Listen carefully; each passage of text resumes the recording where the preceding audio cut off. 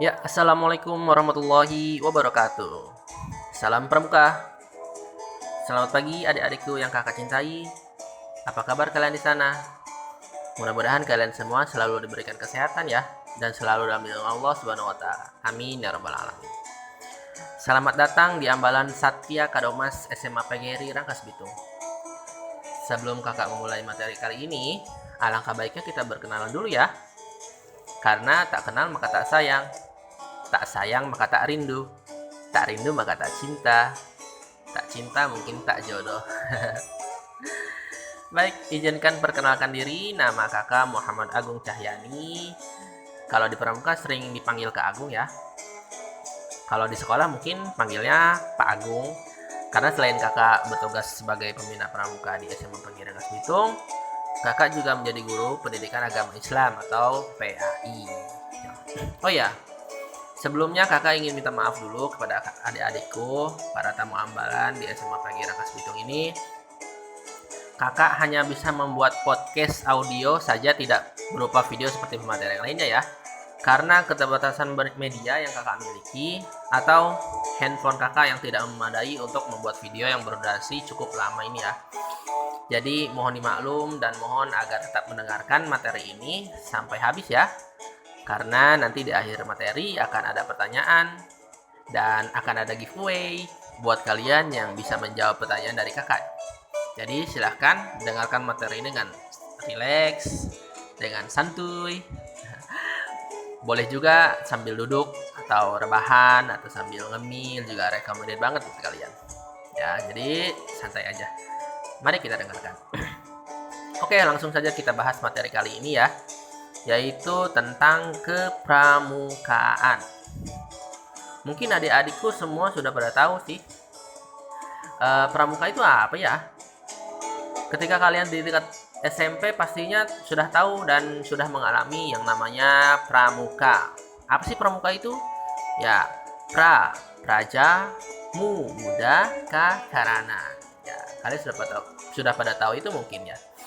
Oke, biasanya pramuka itu kan pakai baju coklat, kacu merah putih, badan dekil, kumel, tapinya cool juga kan mestinya. Kulemek maksudnya. Ya itulah pramuka. Identik dengan kegiatan yang biasanya banyak dilakukan di luar atau alam bebas. Jadi wajar seperti itu. Tapi seru kan? Ya, pastinya seru banget. Tidak ada kegiatan sekolah yang paling seru dari kegiatan pramuka. Karena banyak sekali kegiatan-kegiatan pramuka yang seru untuk dilakukan. Seperti contohnya yaitu kemah, nyanyi-nyanyi, dan ikut banyak perlombaan. Dan juga masih banyak kegiatan yang lain yang bisa dilakukan di kegiatan pramuka. Nah, tapi bagaimana pramuka di tingkat SMA? Kalian kan sudah mengalami di SMP ya. Nah, apakah sama dengan tingkat SMP, Kak? Ya, tentu tidak jauh beda dengan yang pernah kalian lakukan di SMP. Atau mungkin juga yang membedakan hanya materinya saja. Materi SKU, TKK, yang mungkin agak lebih menantang dari tingkat sebelumnya. Bukan lebih sulit ya, sulit sih tidak. Cuman mungkin lebih apa ya? Lebih seru ya, atau lebih meningkat materinya seperti itu ya. Kegiatannya sama ya, kemahnya sama ya, seperti itu. Nah, tapi sebelum kita memahami lebih lanjut tentang pramuka, mari kita bahas sedikit tentang sejarahnya dulu ya. Kalian sudah tahu sejarahnya belum? Oke, nanti kita bahas. Nah, pramuka itu awalnya gimana sih, Kak? Berasal dari mana? Dan siapa yang menciptakan pramuka pertama kali? Ayo, siapa yang bisa jawab? Nah, pramuka itu awalnya bukan di Indonesia loh. Pramuka diciptakan jauh sebelum Indonesia merdeka, yaitu pada tahun 1907. Oleh siapa? Ya, oleh Sir Robert Baden-Powell. Ya. Nah, pramuka ini yang didirikan oleh Baden-Powell awalnya itu dikenal dengan Boy Scout. Ya. Apa itu Boy Scout? Nah, kita akan bahas nanti ya. Boy Scout itu bertujuan untuk meningkatkan karakter anak-anak dan remaja dan melatih mereka untuk dapat bertanggung jawab di masa dewasa nanti. Nah, jadi sangat berguna sekali ini Boy Scout itu ya. Jadi makanya Baden Powell itu menciptakan Boy Scout ini ya untuk menciptakan generasi-generasi yang mandiri gitu, yang maju. Nah, ada yang aneh nih di sini. Loh, kok namanya Boy Scout sih, Kak? Boy kan itu untuk laki-laki. Berarti kegiatan hanya untuk laki-laki aja dong. Yaps, betul sekali. Awalnya Boy Scout itu hanya untuk laki-laki saja. Tapi ketika gerakan ini sudah banyak dikenal orang, 2 tahun selanjutnya Sir Baden Powell ini sekitar tahun 1909 atau 1910 ya, atau 1910, Baden Powell ini mendirikan gerakan Girl Guides. Nah, girl itu perempuan, guys itu pandu. Jadi gerakan pandu untuk perempuan. Nah, seperti itu sejarah awal mulanya Baden Powell mendirikan gerakan Boy Scout ini. Nah, sampai Sir Baden Powell ini menciptakan sebuah buku yang bernama Scouting for Boys. Nah, dari situ awal mulanya yaitu pada tahun berapa tadi? 1907. Oke, kepanduan telah berkembang pesat lebih dari 140 negara di dunia. Organisasi-organisasi kepanduan internasional adalah organisasi yang independen, tetapi biasa bertemu setiap 2 tahun sekali dalam Boy Scout World Conference. Sejak dibentuk oleh Sir Robert Baden Powell di Inggris, maka berdiri organisasi-organisasi kepanduan di banyak negara, seperti Amerika Serikat pada tahun 1910. Nah, setiap pandu mengucapkan sumpah pandu dan berusaha menjadi seorang yang kuat jasmaninya, kuat mentalnya, dan bermoral baik. Gerakan kepanduan tidak bersekte dan tidak mempunyai hubungan khusus dengan dinas militer atau kepentingan politik tertentu. Ya, jadi Boy Scout ini atau kepanduan ini gerakan yang tidak mengikut kemana-mana, tidak terikat kepada hal-hal yang berbau militer atau politik. Gitu. Jadi gerakan pramuka ini berdiri sendiri. Nah, itu hebatnya pramuka. Nah, organisasi kepanduan adalah organisasi atau kegiatan yang paling banyak menghabiskan waktunya di alam terbuka. Berkemah adalah merupakan program tetap organisasi yang terkandung di dalamnya program konservasi alam, kehutanan, pertanian, aksi sosial, dan bakti pada masyarakat. Sebagai contoh, selama Perang Dunia Kedua, The Boy Scouts berpartisipasi dalam banyak kegiatan sipil. Program-program lainnya antara lain meningkatkan keterampilan dalam pengetahuan tentang hewan dan tumbuhan, berenang, pertolongan pertama, bersemboyan, dan aktivitas lainnya. Moto para pandu adalah be prepared. Be prepared itu artinya untuk siap. Nah, maksudnya siap itu dalam menghadapi segala kondisi yang akan dihadapi manusia dalam masa depannya. Ya, sudah paham ya sejarah awalnya. Nah, jadi apa sih kepramukaan itu menurut kalian? Nah, di sini ada menurut kepramukaan itu menurut Lord Baden Powell sendiri adalah kepramukaan itu bukanlah suatu ilmu yang harus dipelajari dengan tekun. Bukan pula merupakan kumpulan ajaran-ajaran dan naskah-naskah dari suatu buku. Bukan. Kepramukaan adalah suatu permainan yang menyenangkan di alam terbuka, tempat orang dewasa dan anak-anak pergi bersama-sama, mengadakan pengembaraan bagaikan kakak beradik, membina kesehatan dan kebahagiaan, keterampilan, dan kesediaan untuk memberi pertolongan bagi yang membutuhkannya. Nah, itulah mengapa pramuka itu sebutannya kakak adik ya, dari situ. Nah, kepada yang lebih tua menyebutnya kakak, pada yang lebih muda atau junior menyebutnya adik. Nah, seperti itu ya awalnya. Jadi itu dari Lord Baden Powell sendiri.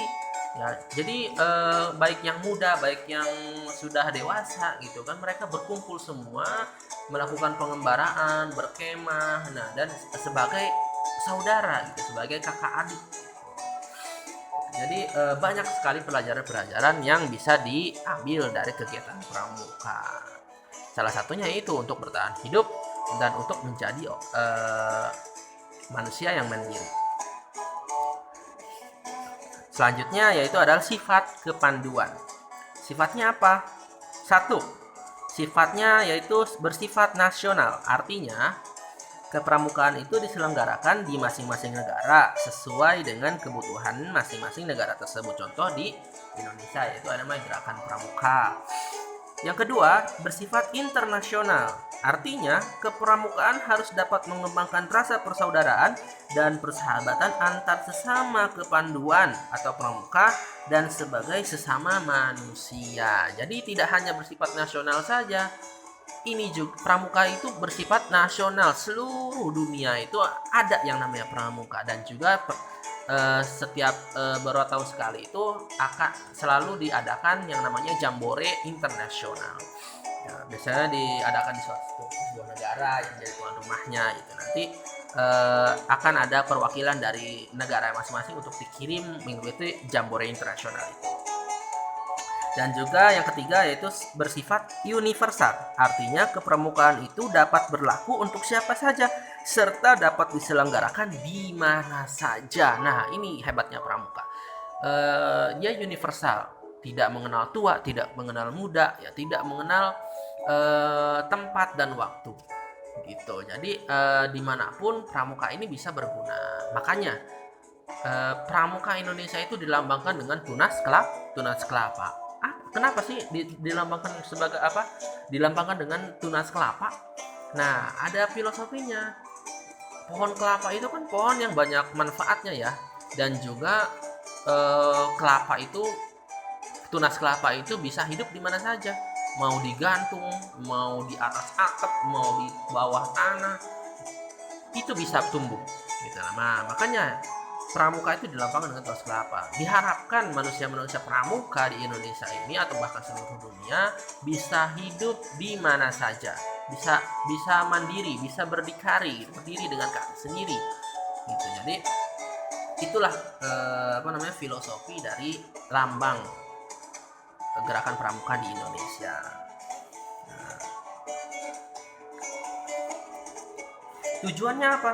Nah, tujuan gerakan pramuka itu adalah untuk membentuk setiap pramuka agar memiliki kepribadian yang beriman, bertakwa, berakhlak mulia, berjiwa patriotik, taat hukum, disiplin, menjunjung tinggi nilai-nilai luhur bangsa, dan memiliki kecakapan hidup sebagai kader bangsa dalam menjaga dan membangun negara kesatuan Republik Indonesia, mengamalkan Pancasila, serta melestarikan lingkungan hidup. Nah, tujuan-tujuan ini terkandung dalam Trisatya dan Dasa Dharma.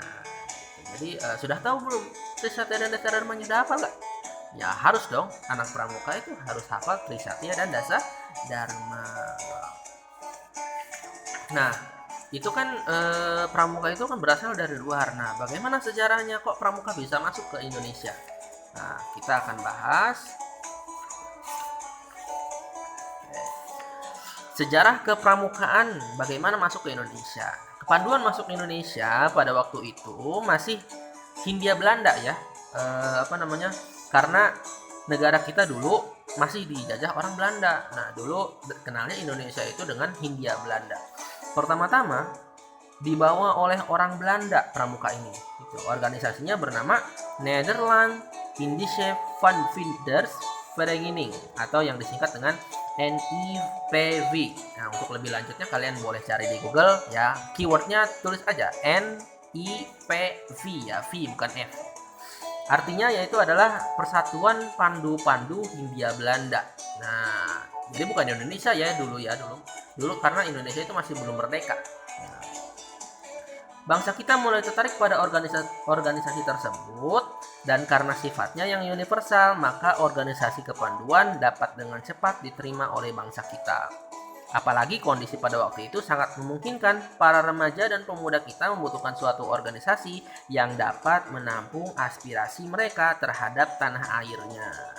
Tuh, ya. Jadi kenapa pramuka itu bisa tertarik Ya, orang Indonesia itu bisa tertarik dengan pramuka ya karena itu sifatnya universal, ya bisa diterima di mana saja.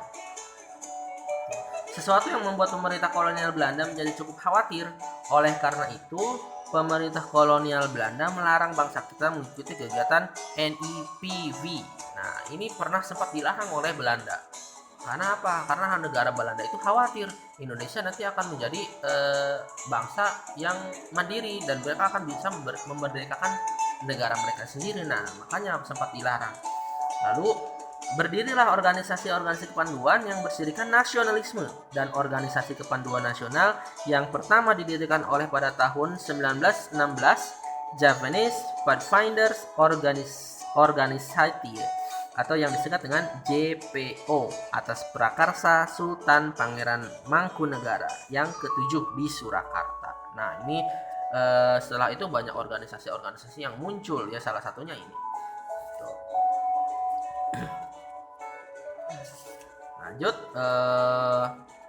nah siapa yang pertama kali mengenalkan gerakan Pandu ini, yaitu adalah siapa? Yang Bapak Pandu Indonesia itu siapa? Ada yang tahu?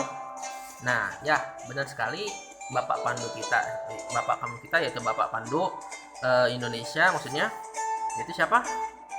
Ya, Kiai Haji Agus Salim. Nah, kalian pasti sudah pada tahu semua ya. Kiai Haji Agus Salim ini yaitu adalah yang mempelopori gerakan pramuka di Indonesia yang sehingga sampai saat ini dikenal dengan nama Gerakan Pramuka atau biasa disingkat GP. Nah, itu tadi adalah sejarah singkat dari Gerakan Pramuka. Baik, kita lanjut ke pembahasan selanjutnya. Pramuka adalah singkatan dari Praja Muda Karana. Artinya apa? Artinya yaitu adalah orang muda yang suka berkarya. Jadi gerakan pramuka ini diharapkan anak-anak pramuka menjadi orang-orang yang kreatif. Ya, banyak-banyak karya-karya yang bisa diciptakan dari gerakan pramuka. Gitu. Dan juga pramuka merupakan sebutan bagi anggota gerakan pramuka yang meliputi pramuka siaga, pramuka penggalang, pramuka penegak, dan pramuka pandega. Jadi ada 4 tingkatan ya. Nah, pramuka siaga itu anggotanya kisaran umur 7 sampai 10 tahun. Dan biasanya ada di tingkat SD ya, atau sekolah dasar. Lanjut ada pramuka penggalang. Nah, ini yang tingkat sebelumnya kalian lakukan ya, yaitu tingkat penggalang. Kisaran umurnya 11 sampai 15 tahun anggotanya. Nah, itu biasanya ada di tingkat SMP. Nah, ini yang di SMP itu kalian namanya itu pramuka penggalang. Dan di SMA yaitu ada namanya pramuka penegak. Nah, kita ini sedang menjalani namanya pramuka penegak. Ya, jadi kalian ini disebutnya penegak. Gitu. Jadi kisarannya umur 16 sampai 20 tahun. Dan yang terakhir ada pramuka pandega. Nah, pramuka pandega itu kisaran umurnya sampai 21 sampai 25 tahun. Ada juga pramuka Garuda. Nah, apa tuh, Kak? Nah, ini dia. Mari kita buat kuis ya. Silahkan jawab di kolom komentar, apa sih pramuka pandega dan pramuka Garuda. Nah, silahkan jawab di kolom komentar ini. Nanti siapa yang bisa menjawab pertanyaan akan kakak kasih giveaway dong. Nah, akan ada hadiahnya. Silahkan ya. Nanti akan kakak berikan hadiahnya ketika kita sudah masuk lagi sekolah normal. Gitu. Ayo, semangat. Silahkan jawab komen di bawah ini. Jawabannya apa? Ya, silahkan. Nah, sudah tahu ya dasar pengertian dari pramuka itu sendiri. Nah, untuk lebih lanjutnya mungkin nanti kita ketika sudah berkegiatan normal kembali, kakak harapkan mungkin kita bisa berkegiatan atau melakukan kegiatan pramuka di luar ya. Karena sayang sekali dikarenakan pandemi ini kita tidak bisa melakukan kegiatan aktivitas di luar dulu. Jadi kakak harap kalian tetap jaga kesehatan di rumah, tetap di rumah aja ya, jangan kemana-mana, jangan banyak main, tetap belajar ya. Pokoknya lakukan aktivitas-aktivitas yang bermanfaat di rumah. Ya, kurangi bermain, kurangi main-main di luar. Ya, untuk apa? Untuk mencegah diri kita dari penyakit COVID-19 ini ya. Tetap jaga kebiasaan-kebiasaan baik tapi ya. Oke, mungkin itu saja yang bisa kakak sampaikan kali ini. Untuk materi selanjutnya atau untuk pemahaman pramuka yang lebih lanjut, mungkin kita akan lakukan di lain waktu ya. Mudah-mudahan ada kesempatan kita bertemu lagi ya, dan kakak pun tidak sabar ingin melihat wajah-wajah lucu kalian gitu ya. Itu aja mungkin kakak ucapkan terima kasih, dan sebelumnya kakak mohon maaf apabila ada kata-kata yang kurang berkenan di hati kalian atau ada kata-kata yang salah, mohon dimaklum. Wabillahi taufiq wal hidayah. Assalamualaikum warahmatullahi wabarakatuh. Salam pramuka.